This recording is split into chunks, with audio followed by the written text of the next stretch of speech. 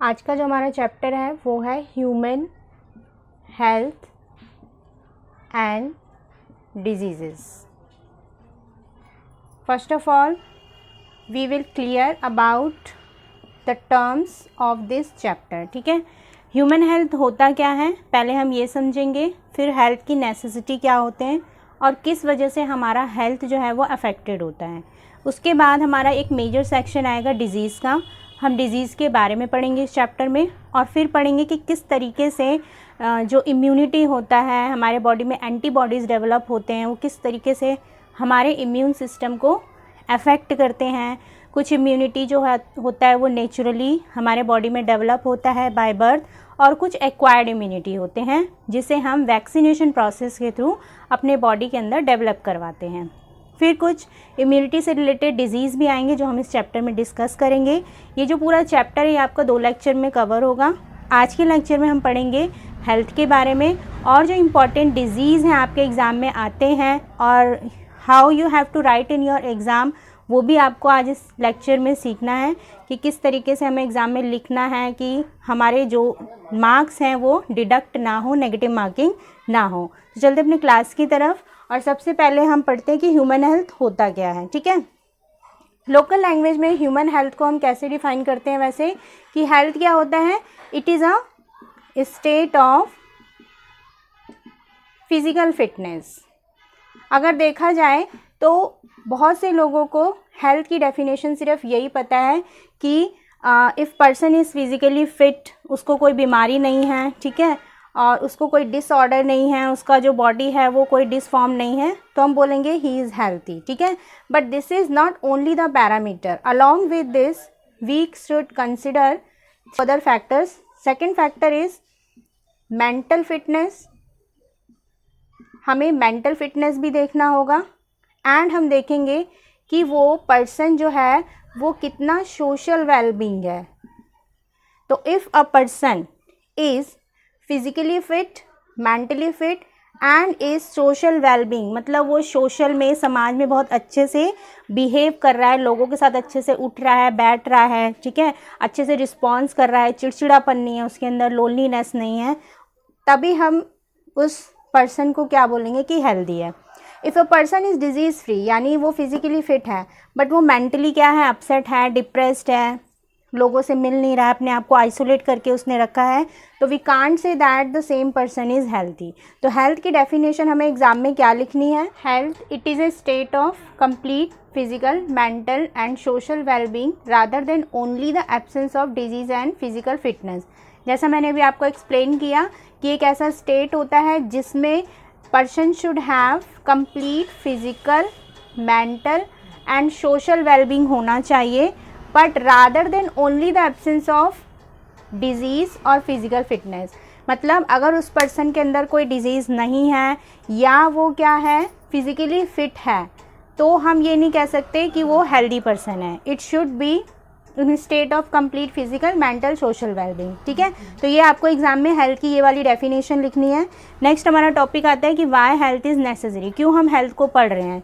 ठीक है, तो health is necessary because people become more efficient. People जो होगा वो ज़्यादा एफिशिएंट होगा, वो प्रोडक्टिविटी उसकी ज़्यादा अच्छी होगी, वो ज़्यादा काम करेगा, वेदर इट इज़ स्टूडेंट और टीचर और एनी एम्प्लॉय। ठीक है, स्टूडेंट होगा तो वो क्या करेगा, अच्छा एग्ज़ाम देगा, अच्छा इनपुट देगा, अच्छा परफॉर्मेंस करेगा, एंड टीचर होगा तो वो अच्छे से क्या करेगा, अपना बच्चों को अच्छे से वो पढ़ाएगा, ठीक है, अपना पूरा इनपुट देगा, एंड जो एम्प्लॉय है वो क्या करेगा, प्रोडक्टिविटी को इंक्रीज़ करेगा। तो जब एक कंट्री जो है उसमें सभी लोग अगर मोर एफिशिएंट होंगे तो उस तरीके से क्या होगा, एक कंट्री का जो एक इकोनॉमिक प्रॉस्पेरिटी है वो इंक्रीज़ हो जाएगा। ठीक है, तो जब more efficient people will generate a better country, तो इकोनॉमिक प्रॉस्पेरिटी जो है कंट्री का वो इंक्रीज़ हो जाएगा। ठीक है, साथ साथ हम देखेंगे कि लॉन्गिविटी ऑफ पीपल जो होगा वो भी इंक्रीज़ होगा, क्योंकि जब लोग हेल्थ कॉन्शियस होंगे तो उनको बीमारी कम होगी, बीमारी कम होगी तो उनकी जो मोर्टिलिटी रेट है वो क्या हो जाएगा, डिक्रीज़ हो जाएगा। And it reduce infant and mortality rate as I explain. It can also increase the productivity, obviously बात है, हर स्टेज में, प्राइमरी, सेकेंडरी हो गया, टर्शरी हो गया, इन एनी स्टेज जो प्रोडक्टिविटी होगा वो इंक्रीज़ होगा। तो हेल्थ जो है वो हमारे इन 5 चीज़ों को अफेक्ट करता है, इसलिए हेल्थ जो है वो बहुत नेसेसरी है। ठीक है, नेक्स्ट हमारे पास टॉपिक आता है कि जो ये हेल्थ है, ठीक है, ये कब अफेक्टेड होता है। क्या सिर्फ एक इन्फेक्शन की वजह से ही हम बीमार पड़ते हैं, इन्फेक्शन की वजह से हमारा जो हेल्थ है अफेक्टेड होता है? No, the basic 3 reasons are here which affect our health. ठीक है, पहला जो फैक्टर है that is the genetic disorder. Genetic disorder क्या होता है? जब हमारे किसी जीन लेवल पे कोई डिसऑर्डर हो जाता है तो वो क्या होता है, पैरेंट टू ऑफस्प्रिंग में वो ट्रांसफ़र होगा। तो जेनेटिक डिसऑर्डर जो होते हैं ये हमेशा इनहेरिटेड डिजीज़ होते हैं, जो क्या होता है, पेरेंट से ऑफस्प्रिंग में ट्रांसफ़र होता है। और फिर इस तरीके से क्या होगा, अगर पेरेंट का हेल्थ क्या होगा, ठीक नहीं होगा, तो फिर आगे की उसकी जो प्रोजेनी होगी, आगे की जो उसके डिसेंडेंट होंगे, वो भी सेम डिसऑर्डर से अफेक्टेड होंगे। नेक्स्ट आता है इन्फेक्शन। ये हमारा मेजर टॉपिक होगा इस चैप्टर में। बहुत सारे हम इन्फेक्शन के बारे में पढ़ेंगे। इन्फेक्शन किसकी वजह से होता है? पैथोजेंस की वजह से होता है। पैथोजन कौन होते हैं?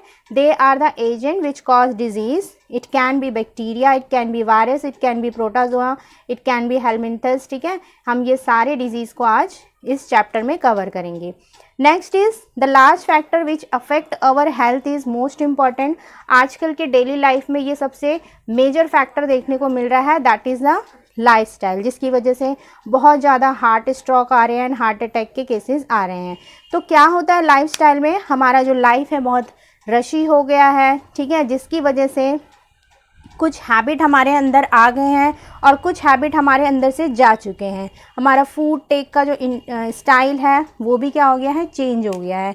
हम रेस्ट नहीं ले पाते हैं, ठीक है, एक्सरसाइज नहीं कर पा रहे हैं, तो ये लाइफस्टाइल के अंडर आ जाता है। तो it including the food we take, किस टाइप का हम फूड ले रहे हैं, रेस्ट का लैक हो जाता है, एक्सरसाइज भी हम नहीं कर पाते हैं, कुछ ऐसी हैबिट्स हैं लाइक कंटिन्यू बैठे रहने की हैबिट बन जाती है, हमें ऑफिस में लॉन्ग टर्म बैठना पड़ता है, या कुछ ऐसे हैबिट्स जिसको हम नज़रअंदाज करते हैं लाइक टेकिंग एक्सरसाइज रेगुलरली या फिर टेकिंग हेल्दी फूड। ये सब हमारे हैबिट से क्या हो जाता है, कहीं ना कहीं वैनिश आउट हो जाता है। तो मेन जो हमारा हेल्थ है वो कैसे अफेक्टेड होता है, जेनेटिक डिसऑर्डर भी किसी भी पर्सन को अनहेल्थी बनाता है, इन्फेक्शन तो करता ही है, साथ के साथ लाइफस्टाइल, यानी ये हमारे 3 पैरामीटर्स थे which affect our health.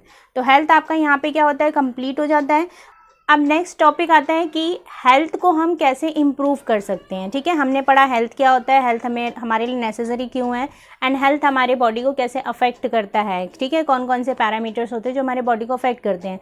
Now how we can prevent our health from being affected, हम उसको कैसे प्रिवेंट कर सकते हैं। तो first of all we should have the awareness about the infectious disease. हमें सबसे पहले अवेयरनेस होना चाहिए इन्फेक्शियस डिजीज़ के बारे में कि ये बीमारी किस पैथोजन की वजह से होता है, तो so that we can't catch up to that same pathogen. ठीक है, हम उस पैथोजन की तरफ ना जा पाए, जितना हो सके हम अपने आप को प्रिवेंट करें। ठीक है, बाकी इन्फेक्शन तो कहीं से भी हो सकता है। ठीक है, and if infection is caught up through our body, तो we should know about the vaccination and immunisation. ठीक है, हमारे बॉडी में एंटीबॉडीज़ तो बनते ही हैं फाइट करने के लिए, लेकिन we should know about the vaccination and immunisation. ठीक है, हमें वैक्सीनेशन करवाना पड़ेगा और इम्यूनाइजेशन बॉडी में करवाना पड़ेगा, so that in case future अगर वो पैथोजन हमारे बॉडी में एंटर करता है तो वो हमारे बॉडी को हार्म ना कर सके। दूसरा, हमें अपने लाइफ में एक डेली रूटीन बना लेना है योगा का एंड बैलेंस डाइट का। ठीक है, तो through yoga and balance diet we can also improve our health. तो ये कुछ पैरामीटर्स थे जिसकी वजह से हम अपने हेल्थ को क्या कर सकते हैं, इम्प्रूव कर सकते हैं। तो अब जो हमारा नेक्स्ट टॉपिक आता है that is a disease. Disease होता क्या है, it is a condition of improper functioning or any condition which interfere with the normal functioning of one or more organ of the body and cause disorder of mind and body is called disease। ठीक है, हमें exam में disease का definition यही लिखना है। ठीक है, सबसे पहले आपको इन वर्ड्स पे ध्यान देना है। डिजीज़ क्या होता है, it is a condition of improper functioning, या फिर ऐसा कोई कंडीशन बॉडी के अंदर आ जाता है जो क्या करेगा, which interfere with the normal functioning of one और मोर ऑर्गन्स। कोई डिसफंक्शन आ जाएगा या कोई ऐसा कंडीशन आ जाएगा जो हमारे बॉडी में इंटरफेयर करेगा। किसको इंटरफेयर करेगा? किसी एक ऑर्गन को ढंग से काम नहीं करने देगा। इंटेस्टाइन, जैसे टाइफाइड हो गया, ठीक है, वो इंटरफेयर करेगा इंटेस्टाइन के फंक्शनिंग में। लीवर अफेक्टेड हो जाएगा तो वो लीवर के फंक्शनिंग में इंटरफेयर करेगा। कुछ कभी कभी ऐसी बीमारियां हो जाती है जिसमें मल्टीपल ऑर्गन फेलियर हो जाता है, तो कभी कभी एक से ज़्यादा ऑर्गन्स भी अफेक्टेड हो जाते हैं और वो अपना नॉर्मल फंक्शनिंग नहीं कर पाते हैं। And causes disorder of mind और बॉडी इज कॉल्ड डिजीज़। और इस वजह से हमें डिसऑर्डर हो जाता है, किसका? बॉडी का या फिर माइंड का। इसी को हम क्या बोलते हैं? डिजीज़ बोलते हैं। फिर से एक बार डिक्टेट करती हूँ। It is a condition of improper functioning और the condition which interfere the functioning of one organ और more than one organ of the body which affect the body and mind activity of a person is called disease। तो ये आपको disease की definition exam में यही लिखनी है। तो ये तो भी कंप्लीट हुआ डिजीज़ का डेफिनेशन। उसके बाद हम ये पढ़ेंगे कि भाई पैथोजन होता क्या है, ठीक है, डिजीज़ किस वजह से फैलता है या इन्फेक्शन किस वजह से फैलता है, उसके लिए एक एजेंट होता है, उस एजेंट को हम बोलते हैं पैथोजन। तो पैथोजन की डेफिनेशन क्या आएगी आपके एग्जाम में कि it is a organism that cause the disease, ठीक है। Pathogen could be bacteria, virus, protozoa, helminths, बहुत सारे आपके पास फंगस भी होते हैं पैथोजन्स, ठीक है। तो इन सबको हम कलेक्टिवली क्या कहते हैं? पैथोजन बोलते हैं। सो इससे पहले कि हम पैथोजन के टाइप्स में जाएं या उनके इन्फेक्शियस डिजीज़ के बारे में जाएं, तो सबसे पहले हम ये पढ़ते हैं कि कितने टाइप के डिजीज़ होते हैं। मेजर 2 टाइप के डिजीज़ होते हैं, infectious disease and non infectious disease. Infectious disease जो होता है इसको हम इन्फेक्शियस इसलिए बोलते हैं, इसे कॉन्टेग्युअस डिजीज़ भी बोला जाता है, क्योंकि ये जो होता है ये एक अनहेल्दी पर्सन के कॉन्टैक्ट में अगर एक हेल्दी पर्सन आ जाता है तो ये डिजीज़ क्या होता है? स्प्रेड हो जाता है, इसलिए हम इसको इन्फेक्शियस डिजीज़ बोलते हैं। और नॉन इन्फेक्शियस डिजीज़ कौन से होते हैं? जब कोई अनहेल्दी पर्सन अगर हेल्दी पर्सन के टच में भी आ रहा है और वो इन्फेक्शन कॉज नहीं कर रहा है तो उसे हम क्या बोलते हैं? नॉन इन्फेक्शियस डिजीज़ बोलते हैं। लाइक कैंसर एक जो है ये नॉन इन्फेक्शियस डिजीज़ है, ठीक है। हार्ट डिजीज़ हो गया, ये भी एक नॉन इन्फेक्शियस डिजीज़ है। इन्फेक्शियस डिजीज़ में आप क्या आ जाते हैं? सबसे मोस्ट अबेंडेड जो डिजीज़ है इंडिया में भी एंड वर्ल्ड में भी, दैट इज़ अ ट्यूबरक्लोसिस, ठीक है। एड्स हो गया एंड कॉमन कोल्ड नॉर्मल एक इन्फेक्शियस डिजीज़ है, घर में एक को होता है तो सबको हो जाता है। तो आपके सामने एक डिफरेंस है infectious and non infectious disease में। एक बार मैं उसे डिक्टेट कर देती हूँ। तो सबसे पहला डिफरेंस यही कहता है इसका डेफिनेशन कि these disease are easily transmitted from person to another.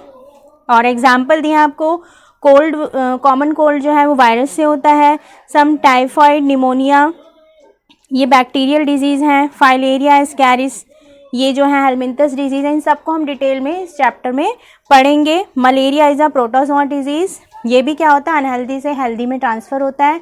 इसका साइकिल मोस्ट इंपॉर्टेंट है जो आज के चैप्टर में हम इसे कवर करेंगे। एंड मोस्टली जो इन्फेक्शियस डिजीज़ होते हैं इनके मोड ऑफ ट्रांसमिशन कैसे होता है? या तो ये एयर से ट्रांसफ़र होगा अनहेल्दी टू हेल्दी, या फिर कोई भी कंटामिनेटेड फूड या वाटर अगर हमने इनटेक कर लिया है तो भी ये डिजीज़ जो होता है वो ट्रांसफॉर्म हो जाता है। नेक्स्ट आता है non infectious disease. This disease can be transmitted from one person to another. Example आपके सामने है cancer, AIDS and some drug and alcohol abuse जो होते हैं, कुछ ड्रग एडिक्टर्स हो जाते हैं, वो भी एक क्या है? डिजीज़ है, नॉन इन्फेक्शियस डिजीज़ के अंडर आता है, ठीक है। और नॉन इन्फेक्शियस डिजीज़ के कॉजेज़ क्या हैं? सबसे मेजर कॉज है lifestyle, change in lifestyle and lack of exercise, lack of awareness, stress, depression, ठीक है, लैक ऑफ रेस्ट। तो सबसे पहले हम चलते हैं बैक्टीरियल डिजीज़ के बारे में, ठीक है। बैक्टीरियल डिजीज़ में सबसे पहला जो आपका एग्जाम्पल आ रहा है that is the typhoid. Typhoid जो है इसमें सबसे पहले आपको किस तरीके से एग्ज़ाम में लिखना है, ठीक है, साइड में आपके सामने प्रिपेयर्ड नोट्स हैं, आपको उसी तरीके से एग्ज़ाम में लिखना है, ठीक है। तो और उसको याद करना भी बहुत आसान हो जाता है, ठीक है। तो इसका जो कॉजेटिव एजेंट है that is the Salmonella typhi. उसके बाद आप सिम्टम्स एग्ज़ाम में लिख के आना, high fever, weakness, stomach pain, constipation, headache and loss of apatite, ठीक है। ये सेकंड सिम्टम को हम अच्छे से समझते हैं। टाइफाइड जो है ये एक इंटेस्टाइनल डिजीज़ है। जो सैल्मोनेला टाइफाई होता है वो इंटेस्टाइन यानी स्मॉल इंटेस्टाइन को क्या करता है? अफेक्ट करता है। एंड जैसे ही स्मॉल इंटेस्टाइन को अफेक्ट करेगा तो उस पर्सन के अंदर, पेशेंट के अंदर लॉस ऑफ एपेटाइट हो जाएगा, उसे भूख नहीं लगेगा, ठीक है, एंड कॉन्स्टिपेशन बहुत ज़्यादा हो जाएगा, एंड उसका जो स्मॉल इंटेस्टाइन है वो वीक हो जाता है, जिसकी वजह से फिर उसको फीवर आने शुरू हो जाएंगे एंड हेडेक एंड जो बोन एक होता है वो भी उसको होगा। Third symptom is in some serious cases intestinal perforation and death may also occur. और जब टाइफाइड बहुत सीरियस केस में हो जाता है तो इंटेस्टाइन में परफोरेशन यानी इंटेस्टाइन में होल जनरेट हो जाते हैं या कुछ पार्ट ऑफ जो इंटेस्टाइन है वो डैमेज हो जाता है in case of severe typhoid case, और it may also occur death. Diagnostic test इसका विडाल टेस्ट होता है। विडाल टेस्ट में टाइफाइड के जो भी स्ट्रेन होते हैं, टाइफाइड ए, टाइफाइड ओ, बहुत सारे इसके स्ट्रेन होते हैं, ठीक है, तो 4-5 स्ट्रेन होते हैं जिसमें उसका देखा जाता है कि कितने कंसंट्रेशन में ये वाला स्ट्रेन पॉजिटिव है या नेगेटिव है, ठीक है। तो मोस्ट इंपॉर्टेंट आपके पेपर में क्वेश्चन आता है कि विडाल टेस्ट जो होता है वो किस डिजीज़ के लिए होता है, वो आपको याद रखना होगा, ठीक है। एक और इम्पॉर्टेंट चीज़ है कि इसका ऑरिजिन कहाँ से हुआ, मतलब मेन टाइफाइड जो है वो कहाँ से आया, ठीक है। इसकी स्टोरी आपके टेक्स्ट बुक में भी दी गई है। तो एक कुक थी जिसका नाम था मैरी मेलन, ठीक है, called typhoid Mary. उसका Mary was the first typhoid carrier to be diagnosed who continued to infect people for several years to the food she prepared. ये जो टाइफॉइड मैरी थी, सबसे पहला जो कैरियर था वो टाइफॉइड मैरी थी, और इसने क्या किया, इसने जो इन्फेक्शन है वो कई सारे लोगों में फैलाया जो ये फूड कुक करती थी, और लोगों को इसने खिलाया, ठीक है। और पता नहीं इसने जानबूझ के किया या अनइंटेंशनली किया, और लेकिन इसी की वजह से टाइफाइड जो है वो धीरे धीरे स्प्रेड होने लग गया। मेजर अफेक्टेड ऑर्गन आपको हर डिजीज़ में लिखना है कि ये डिजीज़ बेसिकली किस ऑर्गन को ज़्यादा अफेक्ट करता है। तो मेजर अफेक्टेड ऑर्गन इसमें है इंटेस्टाइन। इंटेस्टाइन में भी आपका स्मॉल इंटेस्टाइन आता है। It enters the small intestine through the contaminated water in food and it migrate to the other organs, ठीक है। पहले तो ये इसका मेन टारगेट इंटेस्टाइन रहेगा, बाद में ये जाके ये बाकी जगह को भी क्या करेगा, इन्फेक्ट करेगा एंड वहाँ पे फंक्शनिंग को एबनॉर्मल करेगा, यानी ये लीवर को भी अफेक्ट कर देता है, ठीक है, किडनी को भी सम टाइम अफेक्ट कर देता है, बाकी ऑर्गन्स को डैमेज करना शुरू कर देगा, but in severe cases. Next जो बैक्टीरियल डिजीज़ आ रहा है that is a pneumonia. Pneumonia क्या है, इसमें जो कॉजेटिव एजेंट है that is Streptococcus pneumoniae and Haemophilus influenza जो है ये क्या करता है, हमारे लंग्स का जो प्लूरल रीजन है, ठीक है, वहाँ पे क्या करता है, इन्फेक्शन कॉज करके वहाँ पे पस बनाने लग जाता है, या वाटर वहाँ पे लंग्स में जब फिल हो जाता है तो हमारा जो लंग्स है वो अफेक्टेड पर्सन का जो लंग्स होता है वो क्या हो जाता है, ओपैक हो जाता है, सो दैट उसको फिर सांस लेने में प्रॉब्लम होता है, उसे हैवीनेस फील होता है, उसे स्वेटिंग होता है, ठीक है, ये उसके सिम्टम्स होते हैं। तो निमोनिया जो है ये एक बैक्टीरियल डिजीज़ है एंड उसके इन्फेक्शन से लिक्विड भरने की वजह से ये सारे सिम्टम हो जाते हैं, और जब ज़रूरत से ज़्यादा लंग ओपैक हो जाता है तो क्या होता है, ये केस बहुत सीवियर हो जाता है एंड उसे ब्रीथिंग प्रॉब्लम हो जाता है, जिसकी वजह से केस सीरियस हो जाता है एंड सम टाइम डेथ के केसेस भी आ जाते हैं। तो चलते हैं, इसको डिक्टेट करती हूँ मैं। एग्ज़ाम में आपको कैसे लिखना है ये आपके सामने एक प्रिपेयर्ड नोट्स हैं, इसी तरीके से आपको लिखने हैं, और ये आपके टेक्स्ट बुक से ही नोट्स बनाए गए हैं, ठीक है। तो सबसे पहले हम पैथोजन पढ़ेंगे। Streptococcus pneumoniae and haemophilus influenzae होता है। Symptoms including fever, chill, cough and headache होता है इसमें। एंड अगर सीवियर केसेस हो जाता है तो जो लिप्स होते हैं, फिंगर के जो टिप्स होते हैं, they become greyish and bluish. Why? क्योंकि मेन ऑक्सीजन सप्लाई बॉडी में कौन करता है, लंग्स करता है, ठीक है, थ्रू द हीमोग्लोबिन। लेकिन लंग्स जब ओपैक हो जाता है तो वो ऑक्सीजन सप्लाई नहीं कर पा रहा है हीमोग्लोबिन को, तो जहाँ जहाँ ऑक्सीजन सप्लाई नहीं होगा तो वो जो एरिया होगा वो डीऑक्सीजनेटेड सेल्स हो जाएंगे, यानी वहाँ पे ब्लड जो होगा वो डीऑक्सीजनेटेड ब्लड पहुँचेगा। तो इन सीवियर केसेस जो लिप्स होते हैं वो ग्रे या ब्लू कलर के हो जाते हैं, एंड जो फिंगर के नेल्स होते हैं वो भी ग्रे या ब्लू कलर के हो जाते हैं। तो इससे पता चलता है कि जो अफेक्टेड पर्सन है उसको ऑक्सीजन यानी कंप्लीट ऑक्सीजन फॉर सर्वाइवल नहीं मिल पा रहा है। Third symptom is fatigue, loss of appetite, sweating. Obvious ही बात है, अगर उसे ऑक्सीजन नहीं मिलेगा तो उसे फेटिक फील होगा। Next one is fast breathing and wheezing. उसको जो ब्रीथिंग रेट होगा वो उसका फास्ट हो जाएगा क्योंकि उसको ऑक्सीजन कंजप्शन ज़्यादा चाहिए, ऑक्सीजन डिमांड उसके बॉडी में ज़्यादा होगा, ऑक्सीजन मिल नहीं रहा है सेल्स को, तो ब्रीथिंग रेट उसका ऑब्वियस हाई हो जाएगा। Nausea and vomiting in children, ठीक है, and confusion in older person. और जो चक्कर आना, ठीक है, नॉजिया फील होगा, ऑक्सीजन नहीं मिलेगा तो उसी की वजह से ये सारे सिम्टम्स हो जाते हैं। और ऑक्सीजन ना मिलने का कारण यही है कि इन्फेक्शन जो होता है वो pleural membrane of the lungs में क्या करता है, लिक्विड या पस सेल्स बनाने शुरू कर देता है। डायग्नोस्टिक टेस्ट इसका यही होता है। ब्लड टेस्ट में अगर ये पैथोजन प्रेजेंट हो जाता है तो भी न्यूमोनिया जो है वो कंफर्म हो जाता है, ठीक है। एक्सरे से भी पता चलता है कि कितने एरिया ऑफ लंग्स को इसने क्या किया, अफेक्ट किया है, ओपैक किया है। एंड इसका स्प्यूटम टेस्ट भी होता है। पल्स ऑक्सीमेट्री मेजरमेंट से ये देखा जाता है कि जो इसकी ब्रीथिंग रेट है वो कम है या ज़्यादा है, ठीक है। तो पूरा एक ऑल ओवर उसका ये निचोड़ निकल जाता है कि न्यूमोनिया जो है वो किस स्टेज में या किस लेवल में है, ठीक है। वैसे तो नॉर्मल ब्लड टेस्ट से एंड एक्सरे जो से इसका जो कंफर्मेशन होता है वो पूरा हो जाता है। बट अगर हमें इससे सीवियरिटी ऑफ केस अगर आइडेंटिफाई करना है तो ये सारे डायग्नोस्टिक टेस्ट जो होते हैं जो कलेक्टिवली किए जाते हैं। ऑरिजिन आता है, it was first discovered in 1881 by the French biologist Louis Pasteur and American biologist जिसका नाम है जॉर्ज स्टनबर्ग इन सेल्विया, ठीक है। यहाँ पे इसका सबसे पहला ऑरिजिन हुआ था। Transmission, this is a infectious disease and communicable disease also.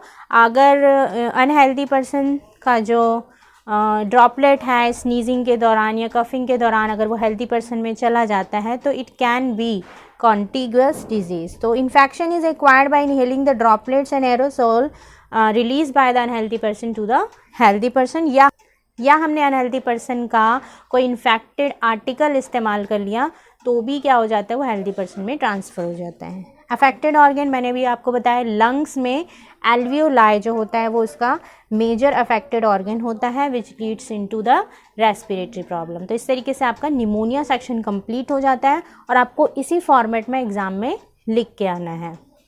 कुछ अदर बैक्टीरियल डिजीज़ेस भी हैं जिसका आपका पूरा प्रोसेस नहीं है, कोई डायग्नोस्टिक टेस्ट नहीं है, बट उन डिजीज़ेस का जो पैथोजन है वो आपके एग्ज़ाम में आता है, ठीक है। तो dysentery is caused by Entamoeba histolytica, plague is by Yersinia pestis, diphtheria is by Corynebacterium diphtheria, tetanus is by the Clostridium tetani and tuberculosis is caused by the Mycobacterium tuberculosis, ठीक है। Next हम चलते हैं viral disease में, ठीक है। Viral disease में आपका मोस्ट एंड पेट एग्जाम्पल आता है, that is a common cold. इन सब से आप सभी अवेयर हो, ठीक है। तो कॉमन कोल्ड का जो मेन पैथोजन होता है, जो हमें नॉर्मली कोल्ड एंड कफिंग हो जाता है, घर में एक को होता है फिर बाकी सबको हो जाता है, तो उसका जो कॉजेटिव एजेंट है that is a rhinovirus. Symptom आपको पता है, नेज़ल कॉन्जेशन होगा एंड इन सीवियर केसेस बहुत ज़्यादा हो गया है तो नेज़ल में से ड्रॉपलेट्स निकलना शुरू हो जाएगा, ठीक है। सोर थ्रोट में सोरनेस आ जाता है, पेन होता है, ठीक है, due to the infection, coughing, headache and tiredness क्यों होगा, बिकॉज ऑफ कंजेशन। क्या होता है, ऑक्सीजन जो होता है बॉडी में ट्रांसपोर्ट नहीं हो पाता है, ठीक है। And it and for last 3 to 7 days और इसमें कोई सीवियरिटी नहीं होता है। इसे हम घर के नॉर्मल जो मेथड्स होते हैं, ठीक है, घरेलू उपचार से भी इसको ट्रीट कर सकते हैं। ट्रांसमिशन क्या होता है, through the coughing and sneezing by the infected person. अगर इन्फेक्टेड पर्सन सामने स्नीज कर रहा है एंड कफ कर रहा है एंड उसके ड्रॉपलेट्स एयर में आ गए हैं या एरोसोल के थ्रू अगर हमने इनहेल कर लिया है तो ट्रांसमिशन जल्दी हो जाता है। या हम उसका कोई कंटामिनेटेड आर्टिकल शेयर कर ले रहे हैं like cups, book, pen, towel, ठीक है, और अगर वो उसके ऊपर उसके ड्रॉपलेट्स ऑलरेडी प्रेजेंट हैं तो भी हमारे बॉडी में ट्रांसफ़र हो जाते हैं। It is the most common infection disease in human, ठीक है। अफेक्टेड एरिया मैंने बताया आपको हर डिजीज़ में लिखना है, तो अफेक्टेड एरिया क्या होगा, nose, nasal passage and throat. Viral disease की एक खास बात ये होती है कि जो वायरल डिजीज़ होते हैं it is cause by the virus, ठीक है। तो वायरस जो होता है अगर एनवायरनमेंट में प्रेजेंट है, अगर उसकी संख्या 10 है तो वो 10 ही रहेगी। वायरस क्या है, ये अपने काउंटिंग को मल्टीप्लाई करने के लिए, अपने पॉपुलेशन को बढ़ाने के लिए वो क्या करता है, इट नीड्स अ होस्ट। जैसे ही उसको होस्ट मिलेगा तो वो क्या करेगा, इट विल स्टार्ट मल्टीप्लाइंग। तो वायरस जो है वो अगर एबायोटिक कंडीशन में है तो वो मल्टीप्लाई नहीं करेगा। जैसे ही ये किसी बायोटिक कंपोनेंट के अंदर चला जाएगा, ठीक है, चाहे प्लांट हो या एनिमल सेल हो, तो वहाँ पे ये कंटिन्यू डिवाइड करना शुरू कर देगा। नेक्स्ट वायरल डिजीज़ हमारे पास आता है एड्स, ठीक है। अभी हम एड्स को बहुत शॉर्ट में पढ़ेंगे क्योंकि इम्यूनोलॉजी टॉपिक जो हमारा आएगा उसमें हम एड्स को बहुत डिटेल में पढ़ेंगे कि किस तरीके से जो HIV है वो मल्टीप्लाई होता है और हमारे बॉडी के इम्यून सिस्टम को डिस्ट्रॉय करना शुरू कर देता है, ठीक है। तो अभी हम फ़िलहाल जैसा हमने भी बाकी डिजीज़ में पैथोजन, सिम्टम एंड ट्रांसमिशन पढ़ा, वही इसमें भी पढ़ेंगे। पैथोजन क्या होता है इसका? HIV होता है, जिसका फुल फॉर्म है human immunodeficiency virus. It was first reported in 1981 and it killed more than 25 million person. Target cell इसका क्या होता है? It kills the immune system of the body. Symptom क्या होता है? ऑब्वियस सी बात है, अगर उसका पेशेंट का या अफेक्टेड पर्सन का इम्यून सिस्टम डिस्ट्रॉय हो जाएगा तो क्या होगा? पेशेंट बिकम इम्यून डेफिशिएंट, यानी उसको हल्का सा भी कोई कॉमन कोल्ड हो जाएगा या कोई इन्फेक्शियस डिजीज़ हो जाएगा, कोई पैथोजन अगर एंटर कर जाएगा तो उसको वो जो नॉर्मल प्रॉब्लम है वो क्या हो जाएगा? सीवियर हो जाएगा।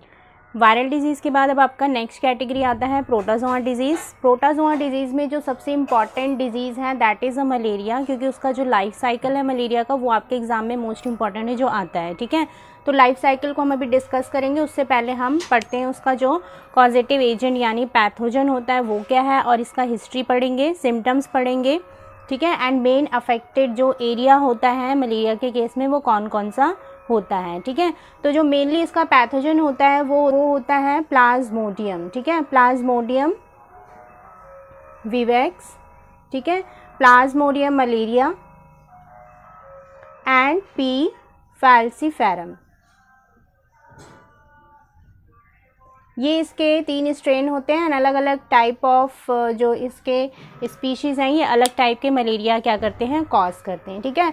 ये तो इसके पैथोजन हो गए। अब इसका आपके एग्ज़ाम में कैरियर पूछेगा कि कैरियर कौन होता है, कौन इसको ले जाता है। तो जो फीमेल एनाफिलस है, ठीक है, female anopheles would be the carrier of female anopheles mosquito would be the carrier of this malarial disease, ठीक है।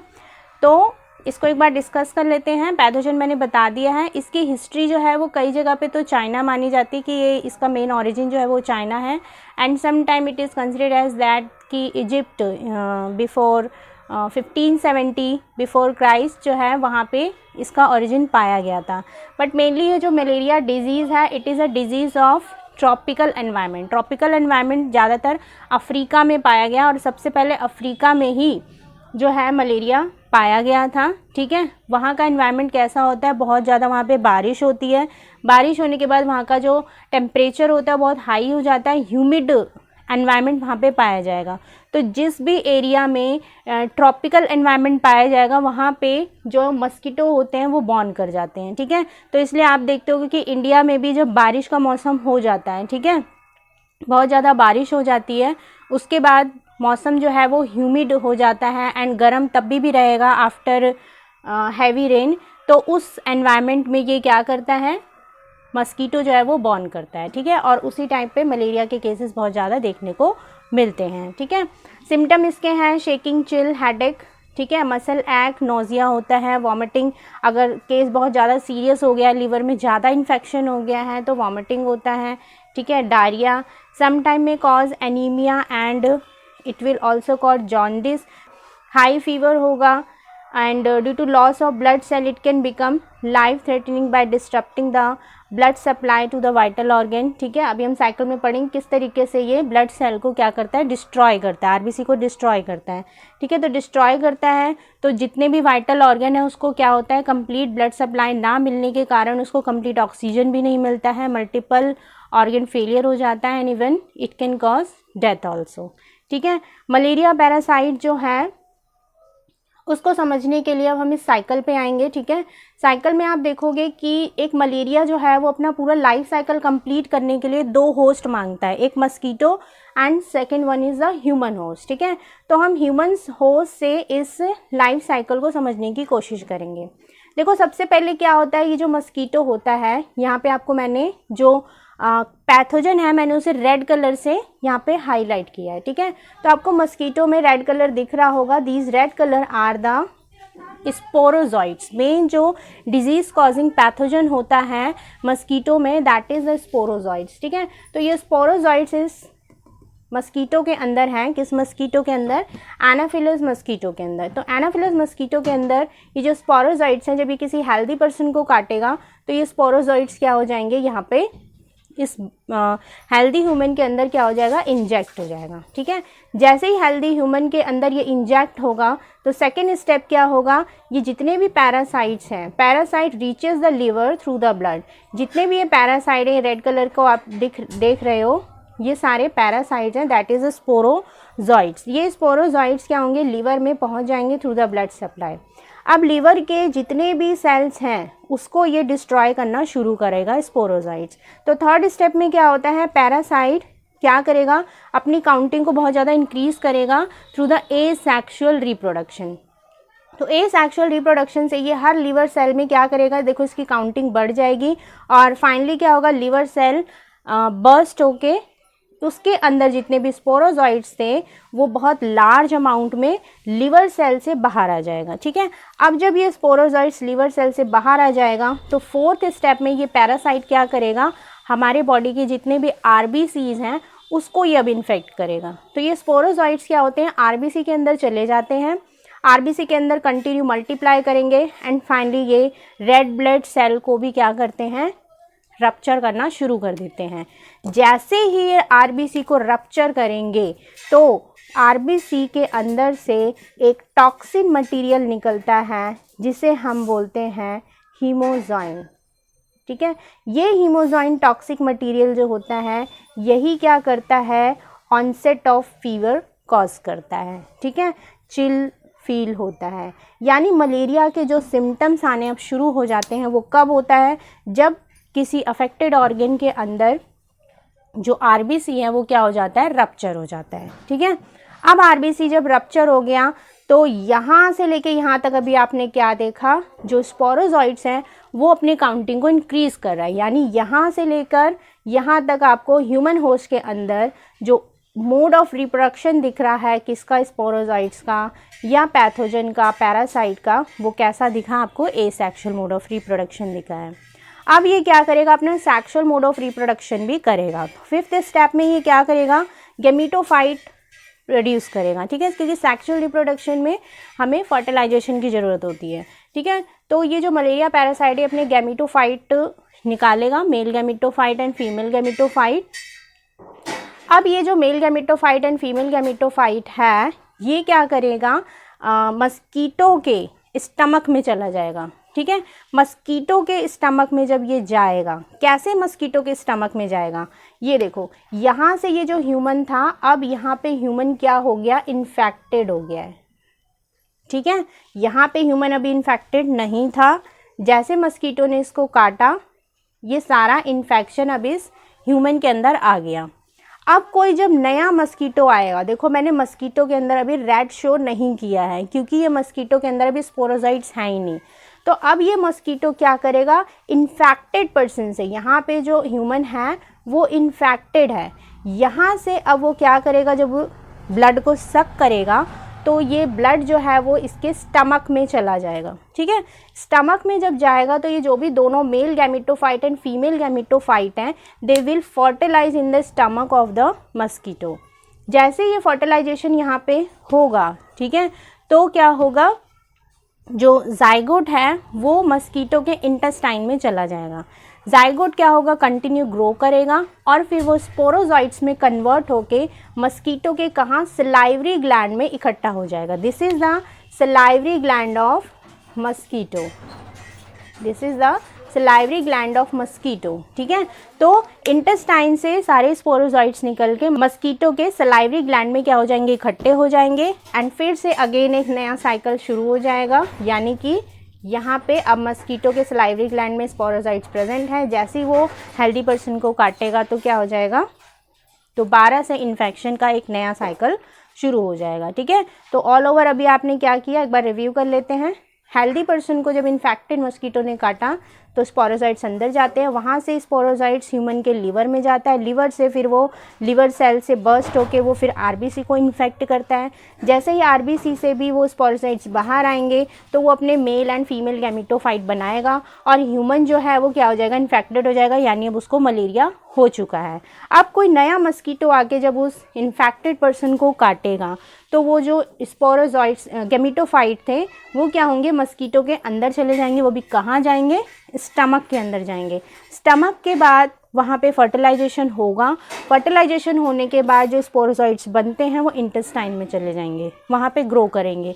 ग्रो करने के बाद जो फुली डेवलप्ड हो जाते हैं स्पोरोजॉइट्स तो they will reach to the salivary gland of mosquito और वहीं पे वो स्टोर हो जाते हैं। और फिर जब किसी हेल्दी पर्सन को काटेंगे तो through the biting they will empty their salivary gland which is consisting of a large number of sporozoites. ठीक है, तो ये आपका एक लाइफ साइकिल है, बहुत इंपॉर्टेंट है। आपके एग्जाम में क्वेश्चन पूछेगा कि ह्यूमन होस्ट में कौन सा मोड ऑफ रिप्रोडक्शन होता है, मस्कीटो होस्ट में कौन सा मोड ऑफ रिप्रोडक्शन होता है, और जो स्पोरोजाइट्स हैं वो कहाँ पे प्रेजेंट होते हैं, सलाइवरी ग्लैंड ऑफ मस्कीटो में। एंड जो फर्टिलाइजेशन है किसका, गेमेटोफाइट ऑफ स्पोरोजाइट्स, वो कहाँ पे होता है वो process, that is occur in the stomach of the mosquito. ठीक है, तो इस लाइफ साइकिल से बहुत सारे क्वेश्चन आ सकते हैं, फिलअप्स के फॉर्म में आ सकते हैं। यहाँ पे भी वो फिलअप दे सकता है ह्यूमन होस्ट है या, ठीक है। और इन केस क्वेश्चन जो है वो कॉम्प्लिकेटेड किए जा रहे हैं आज की डेट में, तो वो आपको कुछ इन्वर्ट करके भी, ठीक है, आपको एक मिरर इमेज करके भी क्वेश्चन आपके एग्जाम में दे सकता है। ठीक है, वो आपको लीवर यहाँ पे बना के दे देगा, ठीक है, एंड लीवर सेल यहाँ बना के देगा।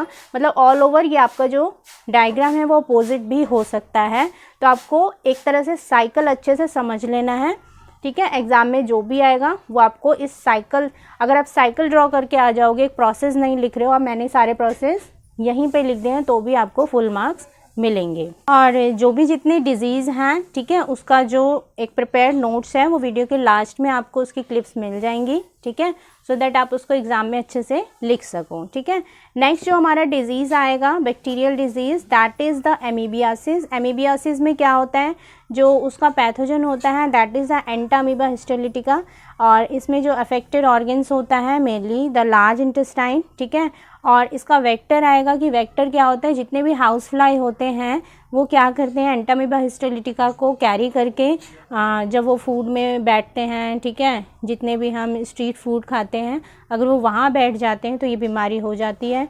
And because the affected organ is large intestine, तो जो सिम्टम्स दिखेंगे that is related to our gastric system. ठीक है, इंटेस्टाइनल सिस्टम से रिलेटेड में प्रॉब्लम्स दिखेंगे, लाइक कॉन्स्टिपेशन होगा, एब्डोमिनल पेन होगा उसमें, ठीक है, मसल क्रैम्प होगा, स्टूल विद एक्सेस म्यूकस, अगर इन्फेक्शन बहुत ज़्यादा हो जाएगा तो जो स्टूल होगा विद एक्सेस म्यूकस होगा, जिसकी वजह से डिहाइड्रेशन हो जाएगा। ठीक है, एंड इसमें मोड ऑफ ट्रांसमिशन ऑब्वियस है, क्योंकि हाउस फ्लाई क्या कर रहा है, उसको, उसका कैरियर है वो उसको ट्रांसपोर्ट कर रहा है। तो जितने भी कंटामिनेटेड फूड हैं एंड कंटामिनेटेड वाटर हैं which is affected by the Entamoeba histolytica, उससे क्या होगा, ये जो ट्रांसमिशन है वो पॉसिबल होगा। ठीक है, या किसी ऐसे फीकल मटेरियल को ले लिया जिसमें क्या है, एंटामीबा हिस्टोलिटिका ऑलरेडी प्रेजेंट है, तो उसकी वजह से भी infected person to healthy person ये ट्रांसफ़र हो जाएगा। नेक्स्ट मोस्ट इम्पॉर्टेंट आपका आता है helminths disease. Most important topic है आपका और मोस्ट इम्पॉर्टेंट डिजीज़ भी है जो आपके एग्जाम में आता है। ठीक है, इसका जो पैथोजन है दैट इज़ अस्कैरिस लुम्ब्रिकॉइड्स। ठीक है, एंड ये एक राउंड वॉर्म है। ठीक है, तो दो तरह के वॉर्म होते हैं, एक होता है टेप वॉर्म, एक होता है राउंड वॉर्म। तो ये एक राउंड वॉर्म है। ठीक है, एंड इसका जो मेन अफेक्टेड ऑर्गन है that is the intestine. Symptoms इसमें क्या होते हैं, जब ये हमारे इंटेस्टाइन को अफेक्ट कर देता है तो बॉडी में अंदर ही ऑर्गन्स के अंदर इंटरनल ब्लीडिंग शुरू हो जाता है। वाइटल ऑर्गन को ब्लड नहीं मिलेगा, जब वाइटल ऑर्गन को ब्लड नहीं मिलेगा तो क्या होगा, एनीमिया जैसी सिचुएशन आ जाएगी। ठीक है, वी फील नॉजिया, वॉमिटिंग होगा। ठीक है, एंड इंटेस्टाइन का डिजीज़ है तो इंटेस्टाइनल पेन होगा। ठीक है, एब्डोमिनल पेन होगा, muscle cramp of the abdomen आपको फील होगा। ठीक है, एंड फीवर भी इसमें होता है। नेक्स्ट आता है एलिफेंटियासिस। मोस्ट इम्पॉर्टेंट क्वेश्चन है ये जो एग्ज़ाम में आता है आपके। एलिफेंटियासिस जो है दैट इज़ इसको हम एलिफेंटियासिस इसलिए बोलते हैं क्योंकि इसमें जो पेशेंट होता है या इन्फेक्टेड पर्सन होता है उसका जो पैर होता है वो एलिफेंट लाइक हो जाता है, ठीक है, बहुत मोटा हो जाता है एंड धीरे धीरे बढ़ के ये क्या करता है उस अफेक्टेड पर्सन के जेनाइटल ऑर्गन को भी अफेक्ट कर देता है एंड डिसफॉर्म कर देता है, ठीक है। तो इसका जो मेन पैथोजन है दैट इज़ द वाउचेरिया, ठीक है। तो Wuchereria bancrofti is the main pathogen and Wuchereria malayi ये जो हैं इसके दो पैथोजन हैं which can cause elephantiasis and इसका जो वेक्टर है that is a female mosquito but it is Culex, ठीक है। मलेरिया के केस में हमने पढ़ा था फीमेल एनाफिलस होता है बट एलिफेंटियासिस के केस में जो मस्कीटो होता है दैट इज़ फीमेल क्यूलेक्स होता है, ठीक है। सिम्टम्स क्या होगा, जहाँ पे भी लिम्फॉइड ऑर्गन्स देखने को मिलेंगे वहाँ पे क्रोनिक इन्फ्लेमेशन देखने को मिलता है एंड वेसल्स जो हैं लोअर लिम्ब के वेसल्स होंगे, लिम्फ वेसल वहाँ पे स्वेलिंग होता है और कभी कभी स्वेलिंग इतना ज़्यादा हो जाता है कि पैर बहुत ज़्यादा सूज जाता है, बहुत फैटी टिश्यू जैसा लगता है, ठीक है। एंड धीरे धीरे ये बढ़ के क्या करता है जेनाइटल ऑर्गन तक भी पहुँच जाता है, उसको वही डिसफॉर्म कर देता है। तो इस तरीके से आपका हेलमिंथस डिजीज़ में दो आया है जिसमें से एलिफेंटियासिस जिसे हम फाइलेरिसिस भी बोलते हैं वो मोस्ट इंपॉर्टेंट जो आपके एग्जाम में आएगा। नेक्स्ट हम चलते हैं फंगल डिजीज़ में। फंगल डिजीज़ में सबसे कॉमन डिजीज़ है रिंगवर्म, ठीक है, जिसे हम दाद भी बोलते हैं। पैथोजन इसके कई सारे होते हैं, माइक्रोस्पोरम, ठीक है, ट्राइकोफाइटन एंड एपिडर्मोफाइटोन, ठीक है। सिम्टम्स क्या होता है, ड्राई स्केली लीजन्स देखने को मिलते हैं, ठीक है, एंड रिंग लाइक लीजन्स भी देखने को मिलता है, स्किन में रेडनेस हो जाता है उतने एरियाज़ में, ठीक है, एंड वेरी इंटेंस इचिंग उसमें होता है, ठीक है। ट्रांसमिशन क्या होगा, अगर हमने इन्फेक्टेड पर्सन का कोई आर्टिकल इस्तेमाल कर लिया, सपोज़ हमने उसका टावल इस्तेमाल कर लिया है और डायरेक्ट कांटेक्ट हो गया है उसके फंगल एरिया से स्किन में, तो भी क्या होता है इसका ट्रांसमिशन हो जाता है। ट्रांसमिशन और किस वजह से होता है, अगर फंगस को अपना एक एनवायरनमेंट मिल जाएगा, ठीक है, फेवरेबल एनवायरनमेंट मिल जाएगा। ज़्यादातर आप देखोगे फंगल डिजीज़ कब होता है, ह्यूमिड एनवायरनमेंट जब होता है, बारिश का मौसम होता है, उस टाइम पे इसको फंगस का जो ग्रोथ होता है वो इंक्रीज़ हो जाता है इन एनी एरिया, ठीक है। कपड़ों में भी हो जाएगा, अगर कपड़ा ढंग से नहीं सूखता है तो वहाँ पे भी फंगल ग्रोथ होता है, ठीक है। फूड जल्दी से स्पॉइल हो जाते हैं, तो जो ये फंगस होता है उसको ग्रो करने के लिए क्या चाहिए, एक फेवरेबल एनवायरनमेंट चाहिए। तो जब हीट एंड मॉइस्चर बहुत ज़्यादा हो जाएगा तो बॉडी में जो ग्रोथ ऑफ फंगस है वो भी इंक्रीज़ हो जाता है। तो इस तरीके से आपका जो ऑल ओवर डिजीज़ है इन योर टेक्स्ट बुक वो पूरा कंप्लीट हो जाता है। आपको एग्ज़ाम में क्या करना है, जो भी डिजीज़ आएगा सबसे पहले उस डिज़ीज़ का पैथोजन नेम लिखना है, देन अगर उसका ऑरिजिन टेक्स्ट बुक में एनलिस्ट है तो ऑरिजिन लिखना है, उसके बाद आपको उसका क्या लिखना है, सिम्टम लिखना है, और फिर नेक्स्ट आपको लिखना है मेजर अफेक्टेड ऑर्गन, ठीक है, कि किस ऑर्गन को वो सबसे ज़्यादा अफेक्ट करता है, and mode of transmission, and if you know the preventive method तो उसका प्रिवेंटिव मेथड भी लिखना है। तो आपको एग्ज़ाम में ऐसे स्टेप वाइज स्टेप लिख के आना है, पूरा पैराग्राफ नहीं लिख के आना है, स्टेप वाइज स्टेप इसलिए लिखना है ताकि आपके मार्क्स जो हैं वो बिल्कुल एक्यूरेट आपको मिले। जो टॉपर के आंसर शीट भी होते हैं उसमें भी इसी फॉर्मेट में जो आंसर है वो लिखा होता है, जिस तरीके से मैंने आपको आंसर या नोट्स जो हैं वो साइड में दे रखे हैं। नेक्स्ट हमारे पास आता है जो लास्ट है, भाई हमने डिजीज़ पढ़ लिया एंड टाइप्स ऑफ डिजीज़ भी पढ़ लिए, अब इनसे हम अपने आप को प्रिवेंट कैसे कर सकते हैं, ठीक है। तो प्रिवेंशन के दो ही तरीके हैं, या तो आप पर्सनल हाइजीन रखो, बट पर्सनल हाइजीन के साथ साथ we should maintain our environmental and social hygiene also, ठीक है। तो दो मेथड की वजह से हम अपने आप को क्या कर सकते हैं, डिजीज़ फ्री रख सकते हैं। सबसे पहला पॉइंट है maintenance of personal and public hygiene. Personal hygiene में आप क्या कर सकते हो, it includes keeping the body clean, हम अपने बॉडी को क्लीन रखें, कंज्यूम क्लीन ड्रिंकिंग वाटर, ठीक है, food vegetable and consume fruits, ठीक है। पब्लिक हाइजीन में हम क्या कर सकते हैं, it includes proper disposal of waste. ये ज़रूरी नहीं आप अपने घर को ही साफ़ रखो, अपने घर के बाहर के एरिया को साफ़ रखो और अपने घर का कूड़ा निकाला और कहीं और फेंक दिया पब्लिक प्लेस में, ठीक है। तो हमें क्या करना है, अगर हम अपना कोई हाउस होल्ड वेस्ट निकाल रहे हैं, ठीक है, तो उसका एक प्रॉपर डिस्पोजल होना चाहिए अच्छे से। Periodic cleaning and disinfection of water reservoir, जो भी वाटर रिजर्वायर है, वाटर टैंक है, उसको हमें अच्छे से क्या करना चाहिए, क्लीन करना चाहिए।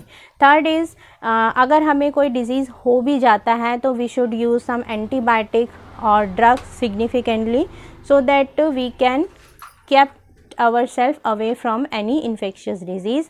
Fourth is the vaccination and immunization is the best process. ये आपका नेक्स्ट टॉपिक होगा इस चैप्टर में, जिससे हम अपने आप को डिजीज़ से दूर रख सकते हैं, ठीक है। फिफ्थ इज़ अगर वेक्टर जो भी हैं, कैरियर्स हैं, जिसकी वजह से बीमारी फैलती है, तो we should keep our self away from that carriers, ठीक है। जैसे मस्कीटो है तो we should use mosquito nets, mosquito repellents, ठीक है। हाउस फ्लाई है तो हाउस फ्लाई रिपेलेंट का इस्तेमाल करो। कोशिश करो कि हम उन फूड को इनटेक ना करें जिसमें हाउस फ्लाई बैठ जाते हैं, ठीक है। नेक्स्ट आता है इरेडिकेशन ऑफ वेक्टर, वही है कि जो भी वेक्टर या कैरियर हैं उसको हमें क्या करना है, इरेडिकेट करना है। और अगर उसका एक कोई ब्रीडिंग प्लेस दिख रहा है या कहीं पे आपको मस्कीटो दिख रहे हैं तो हम क्या करें, उस ब्रीडिंग प्लेस को डिस्ट्रॉय कर दें, ठीक है, सो दैट वहाँ उनकी ब्रीडिंग ना हो। तो इस तरीके से आपका जो डिजीज़ सेक्शन है वो पूरा कंप्लीट हो जाता है। नेक्स्ट टॉपिक में हमारा जो टॉपिक आएगा that is related to immunization and vaccination. उससे रिलेटेड भी आपके दो जो मेजर डिजीज़ हैं, कैंसर एंड एड्स आएगा, उसको हम पढ़ेंगे अच्छे से। मिलते हैं अपने नेक्स्ट क्लास में।